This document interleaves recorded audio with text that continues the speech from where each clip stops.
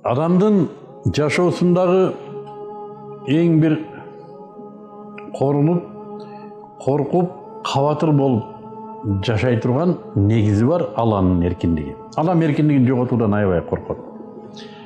Эркиндигин жоготуу бул анын укугун бирөө алып коет. Анын үстүндө өзүнүн укугун коет. Анын өзүнүн жашоосуна укугу калбайт. Аны кулдукка алган бирөө ага кулдай мамиле жасайт. Кааласа сатат, кааласа урат, аял болсо кааласа үйлөнөт, кааласа коюп жиберет, баласын сатып ийет. Бул бир анын чарбасындагы мал табары. Мына ушундай. Адам ушундан аябай коркот.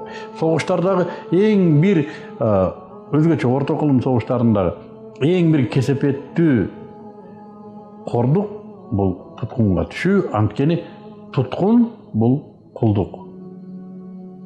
Бирок адамды өзү күткөн эркиндигинен да ардактуу болгон кулдук бар.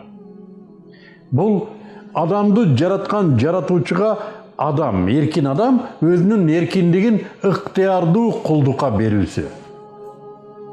Мен муну жегим келет, каалагандай кийингим келет, каалагандай жашагым келет, каалагандай жашагым келет, каалагандай жашагым келет. Бирок мен ошо каалоомдун баардыгын алдым да жаратуучума бердим ошол укукту.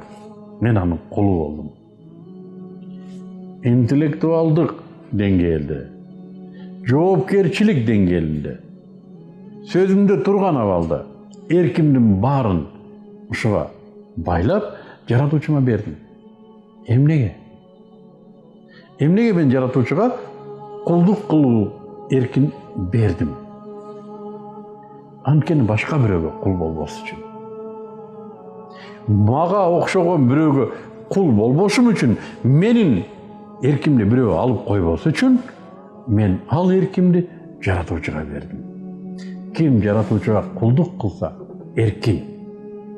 Ким жаратуучудан эркин болсо, ал бардыгына кул. Акчага кул, бийликке кул, аялга кул, мансапка кул. Бардыгына кул.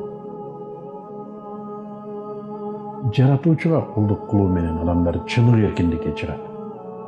Анткени анын мыйзамдары бардыгын бир абалда кармайт. Бардыгын бир теңдикте, адилеттүүлүктө кармайт. Байда, кедейде, бийлик ээси дагы, анын колундагы букарасы дагы бир сапта, тегиз. Мынау чыныгы эркиндик. Сиз кулсузбу же эркинсизби?